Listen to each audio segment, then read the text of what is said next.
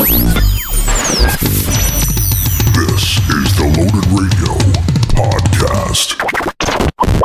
All right, it's another edition of the Loaded Radio Podcast, and it is Scott Penfold here with you this week, and really a great one this week, man, as we wrap up this season of the Loaded Radio Podcast. And what that essentially means is we're just going to sort of change the way the podcast is presented a bit more. I mean, there's going to be more video and stuff and more Zoom calls. It's going to be better. It's going to be all good. But this one is the final one in the first season of the Loaded Radio Podcast. Season 2 is going to be launching in the next few weeks, and like I said, man, it's going to be way better with like more videos, more interactive stuff. It's going to be the all-new Loaded Radio Podcast. But this week on the Loaded Radio Podcast, I'm talking to the one and only Doug Aldrich, longtime guitar player for bands like Dio, as well as Whitesnake, and currently playing with the Dead Daisies, along with Glenn Hughes is in that band. Glenn Hughes, of course, from Deep Purple fame. These guys working together before, and man, just the new Dead Daisies album is killer. We're getting a lot of recognition as being an absolutely great release. I've got Doug standing by with me right now. Doug, how you doing, man? Thanks for being on the Loaded Radio Podcast. Hey, how's it going? Good, Doug. How you doing, man? Good. I'm glad to talk to you. The new album, I think it's kicking ass right now, man. Not just personally, but I mean, obviously, just showing the response to it that's been happening. For somebody who's just now getting into the band or getting introduced to the band, how would you describe Dead Daisies? Would you call it like a super group? Would you call it a band? Would you call it a project? What would you say it is? Well, it's a band, but it's a band of interchanging members. So it's like they started off calling it a collective. It's similar to, what's happened to the Dead Daisies is similar to what happened with Deep Purple, where you had like Mark 1, Mark 2, etc.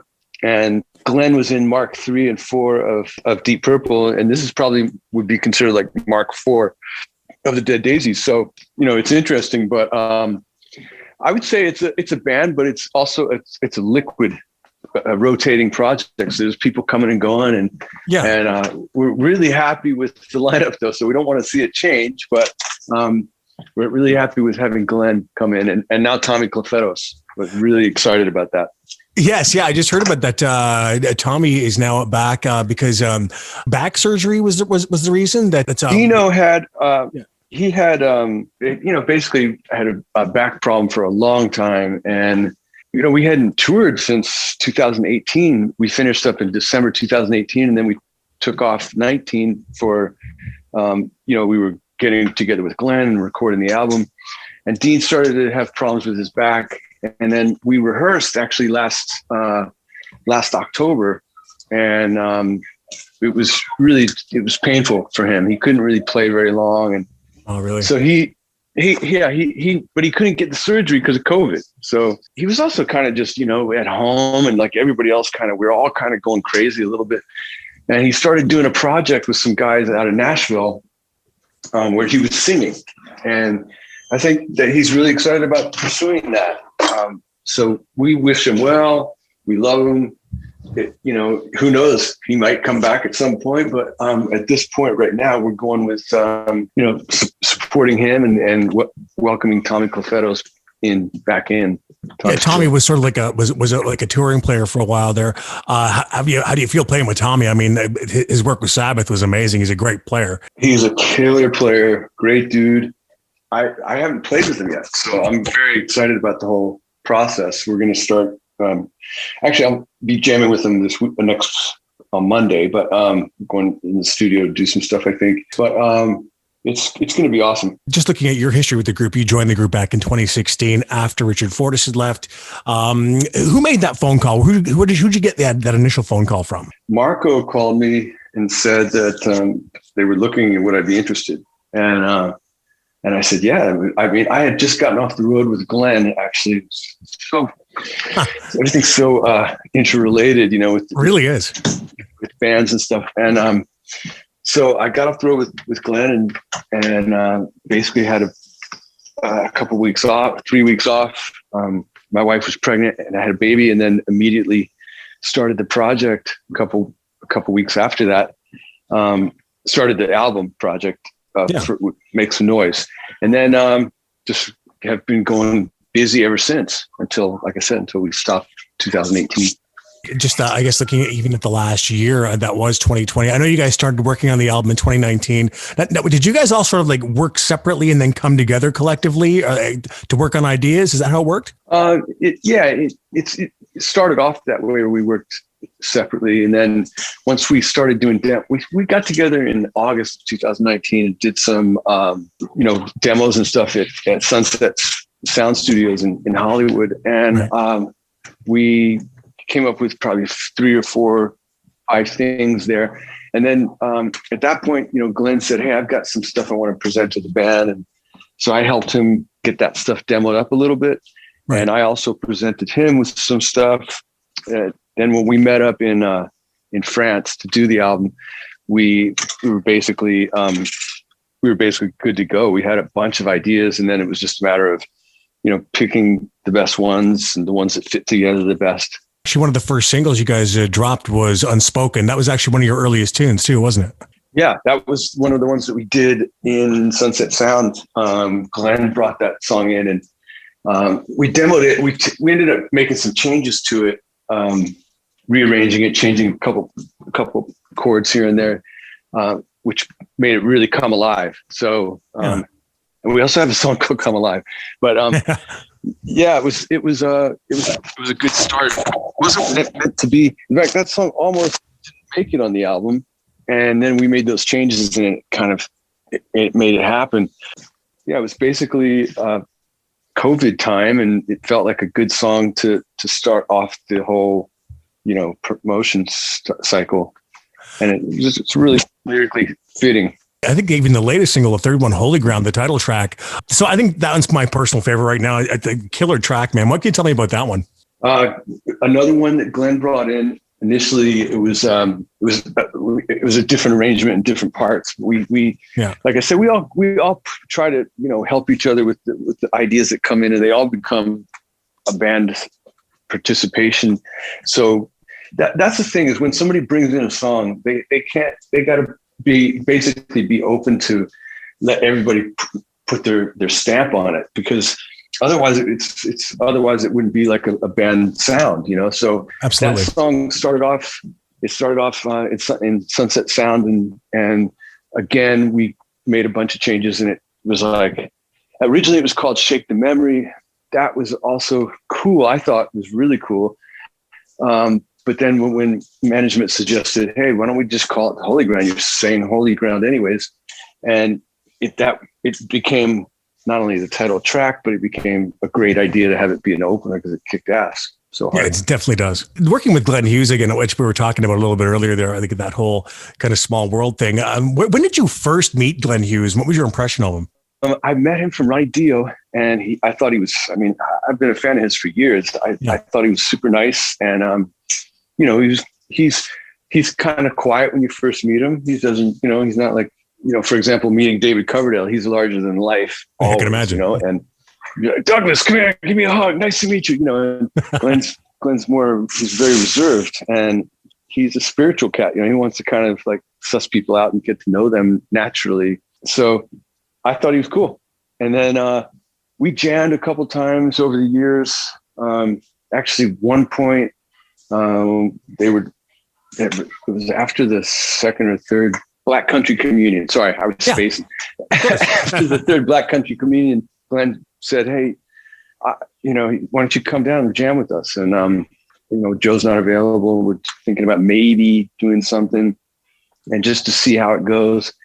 So I went down and played with Jason and Derek and him, and then another time, when it was super fun. It felt great to play with those guys. Sure. But eventually it was like, I think Glenn felt like I don't want to try and have it. I don't want you to be in a situation where David's not happy about something. So we never took it any further, but I did jam with Glenn at a Italian guitar festival that was really fun. It was Glenn Hughes and Yngwie were the headliners separately.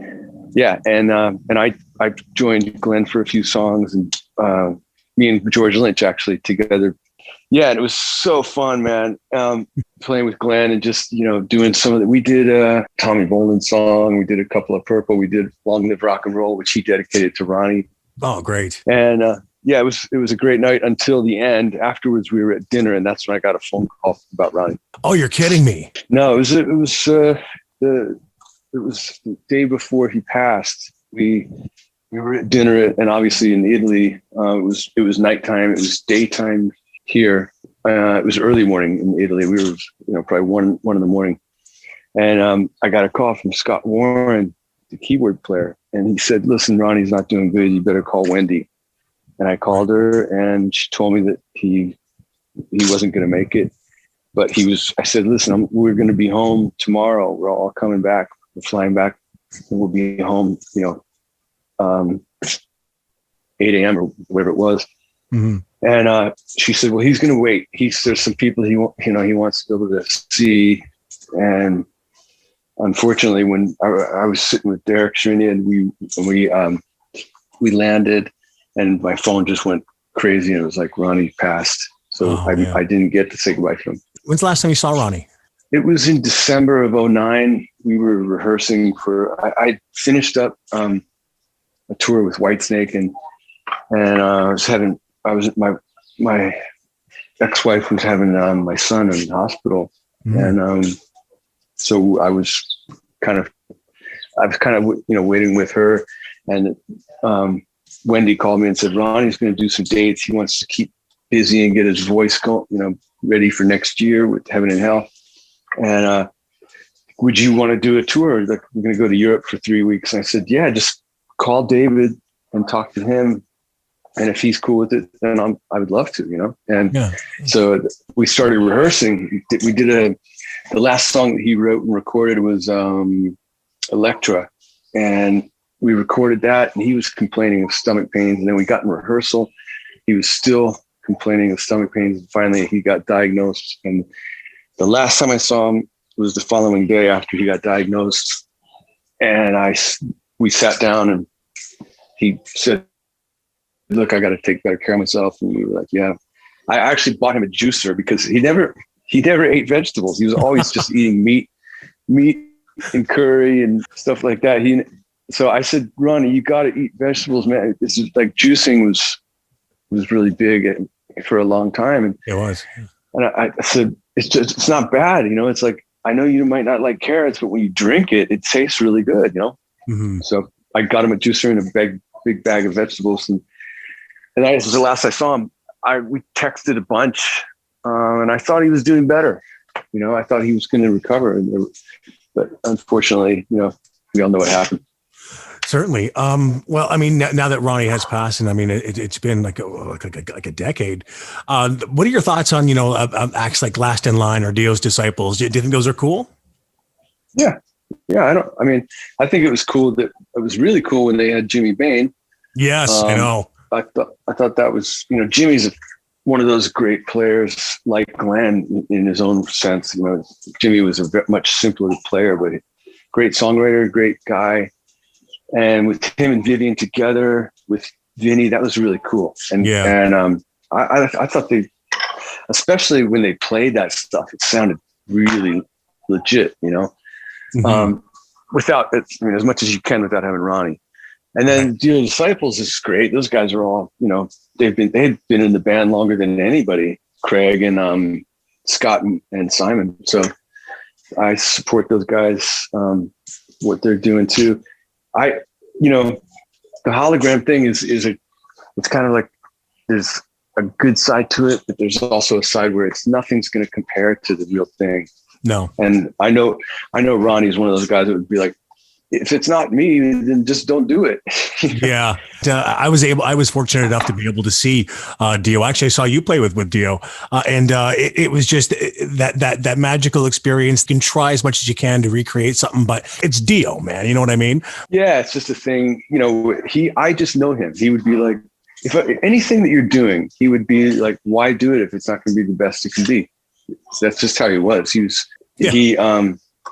One of the biggest things that I had to talk him into was, when I first joined the band, he didn't want me to use a cable. He wanted me to use a wireless.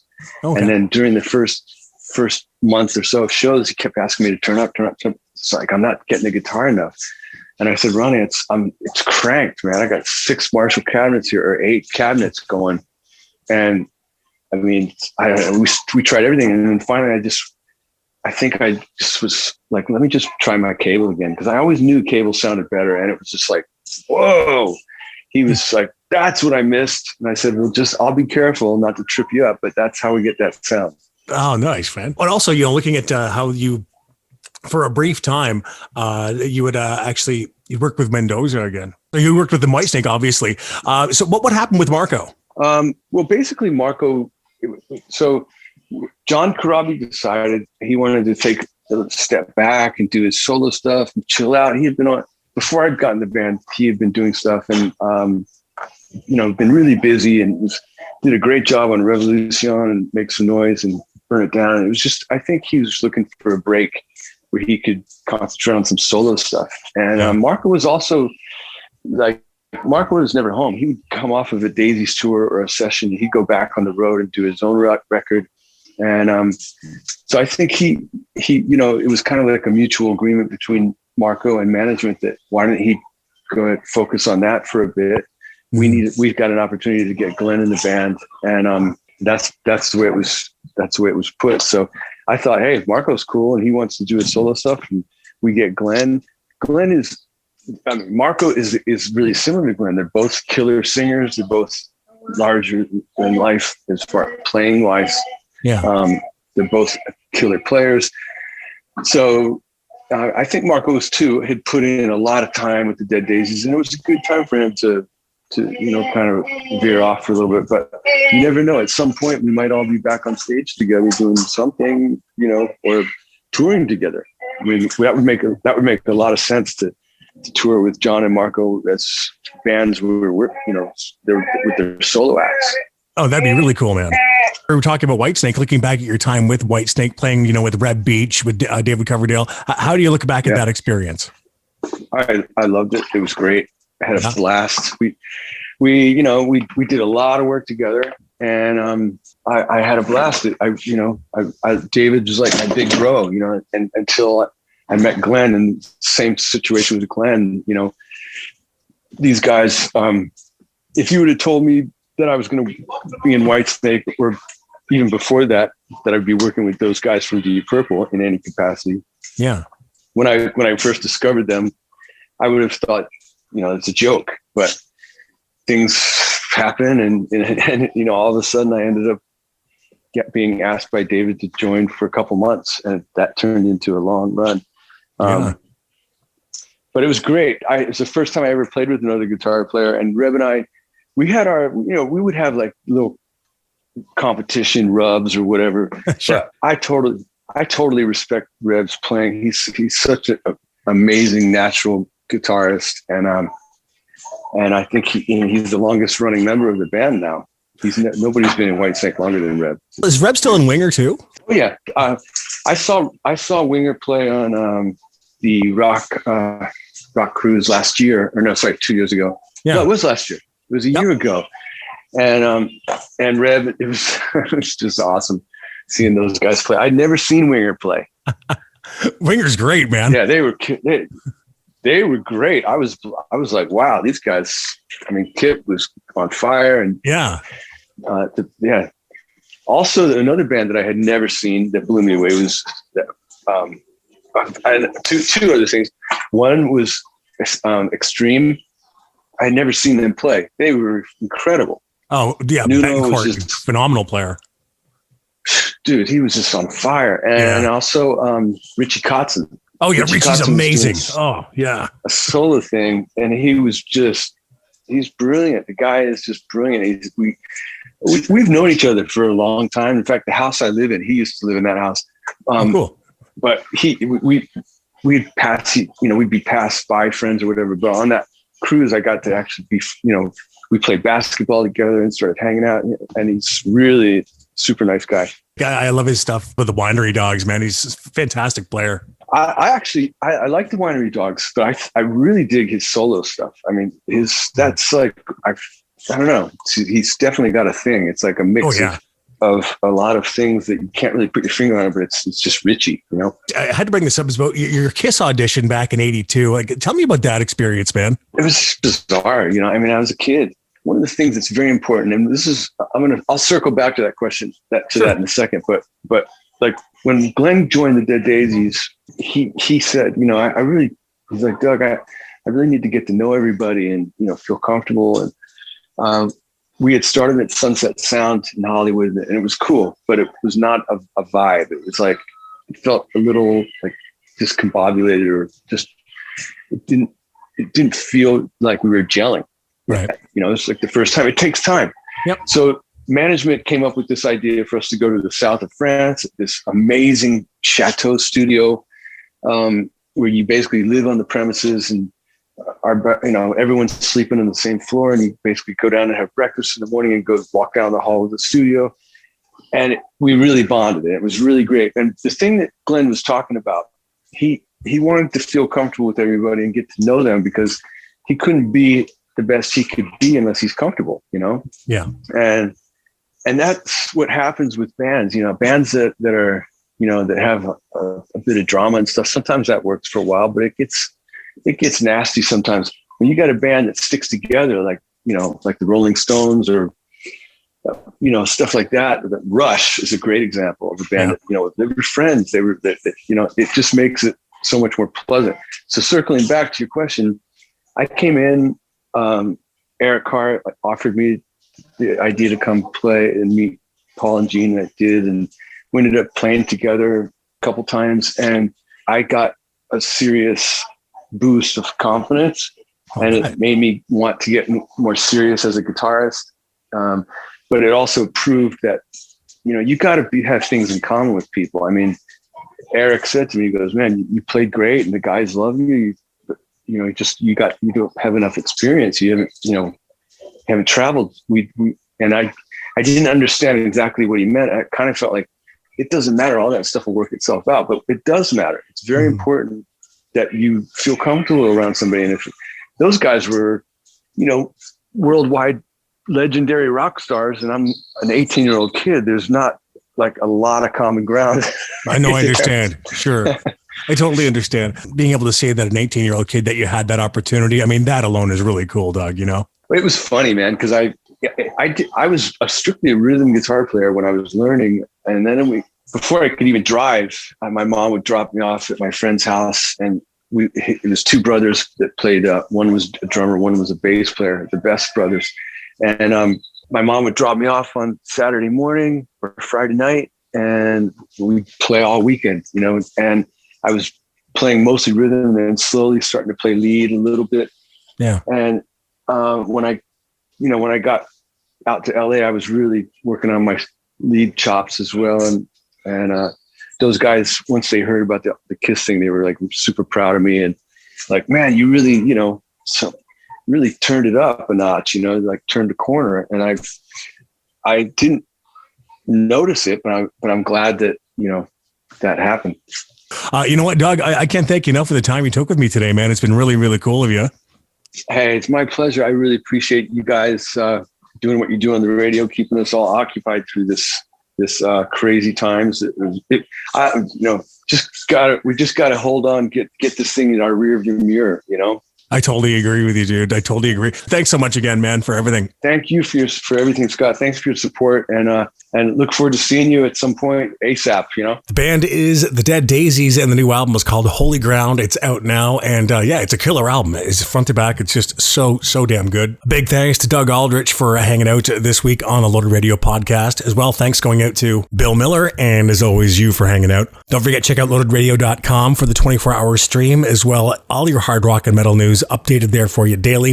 And we'll talk to you again in just a few weeks right here on the all-new Loaded Radio podcast. We'll talk to you soon. Loaded Radio.